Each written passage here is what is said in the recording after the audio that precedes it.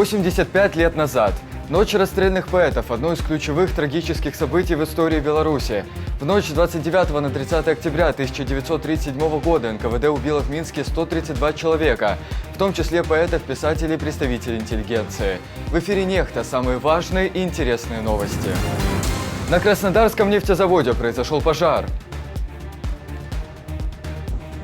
Рвануло прямо над домом. Так жители Ростова комментируют работу ПВО.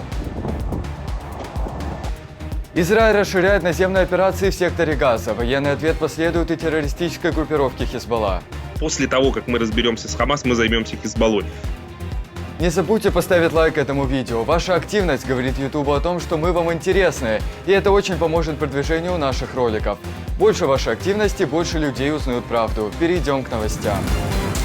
Россия заставляет украинских военнопленных вступать в так называемые добровольческие формирования для участия в боевых действиях. По данным Института изучения войны, в конце октября добровольческий отряд «Богдан Хмельницкий» насильно завербовал 70 украинских военнопленных.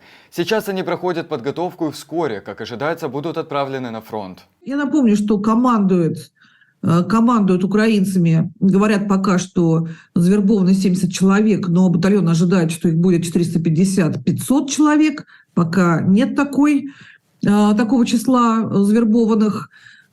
И как в феврале была названа цифра 70 человек, так она и осталась, ни одного человека не прибавилось.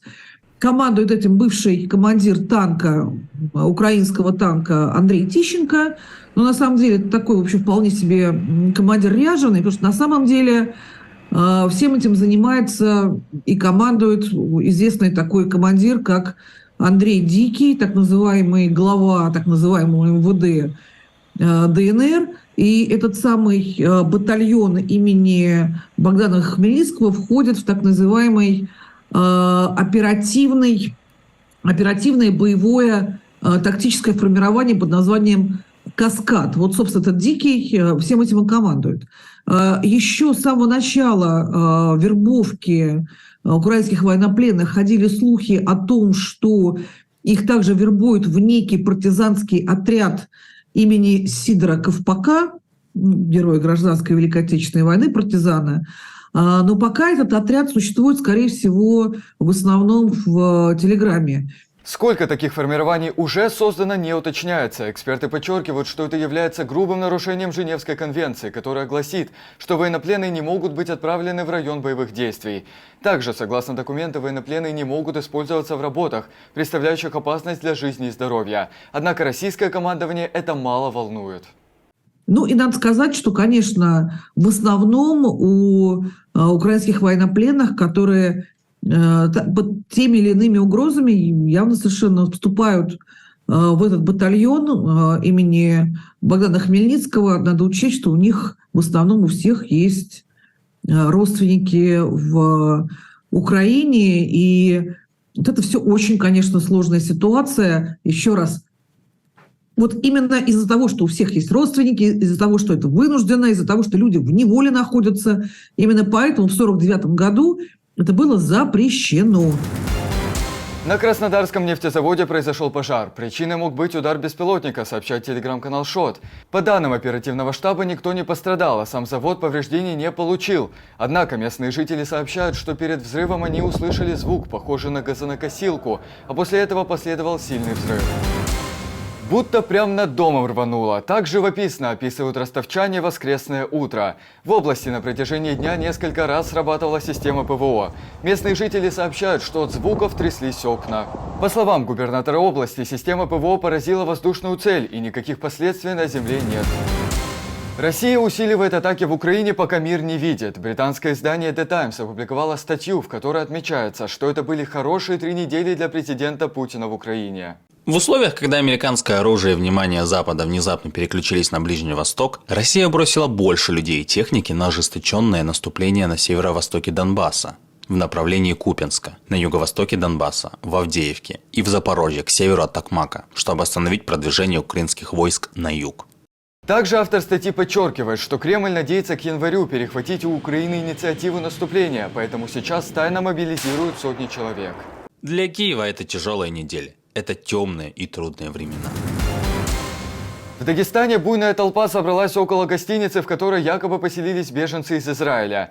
Жители региона домитинговались до того, что их пустили проверить номера, нет ли там израильтян. Нет, мусульмане, нет. Нина Мурадов, нет. Уже зашли, скольки еще своих? Каждому человек. Зашли.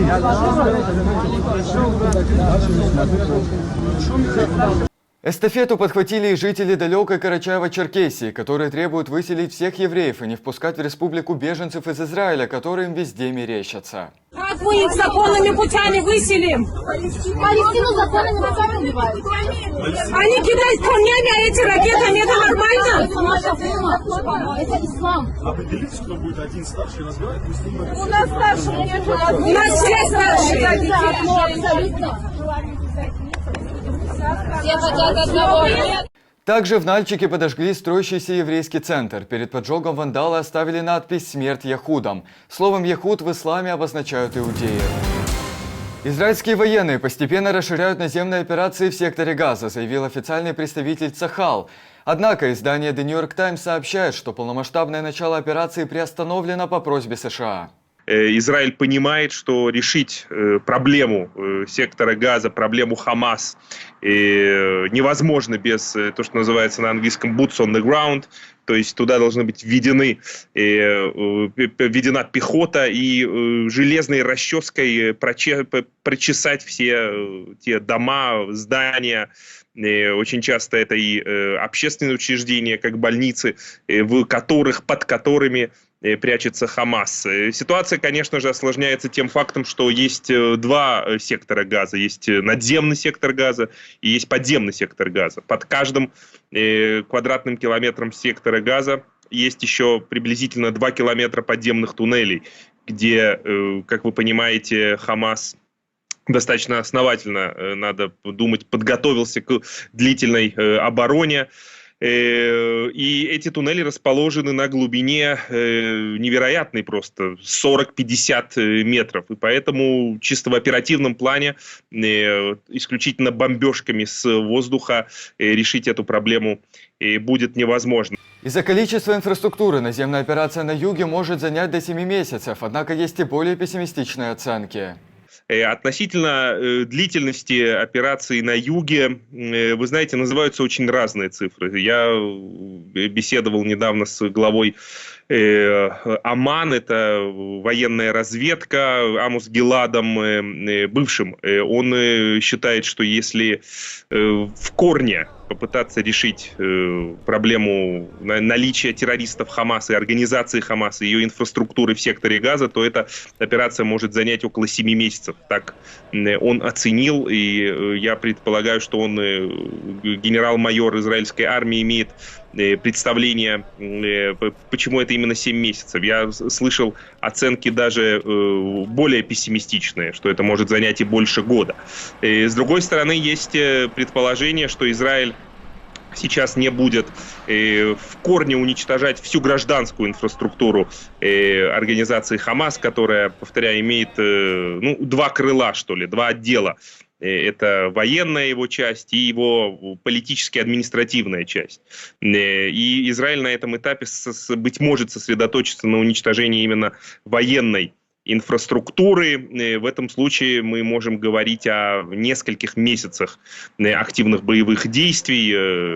Также эксперт подчеркивает, что после того, как Израиль закончит операцию в секторе Газа, военный ответ последует и вооруженной группировке Хизбалла. Вы знаете, до сих пор мы не понимаем, на сколько фронтов нам придется воевать. Будет ли это только сектор Газа, или и организация Хизбалла рано или поздно тоже решит, что не может стоять в стороне и не ограничиться теми провокациями, беру это слово в кавычках, которыми оно пока что последние 3 недели занимается. Но у нас уже, к сожалению, погибло 8 человек, 8 наших солдат на севере. У нас эвакуировано свыше 100 тысяч человек. И поэтому называть то, что делает Хизбалла, провокацией, это, конечно, неправильно. Это акт войны. И я уверен, что после того, как мы разберемся с Хамас, мы займемся Хизбаллой.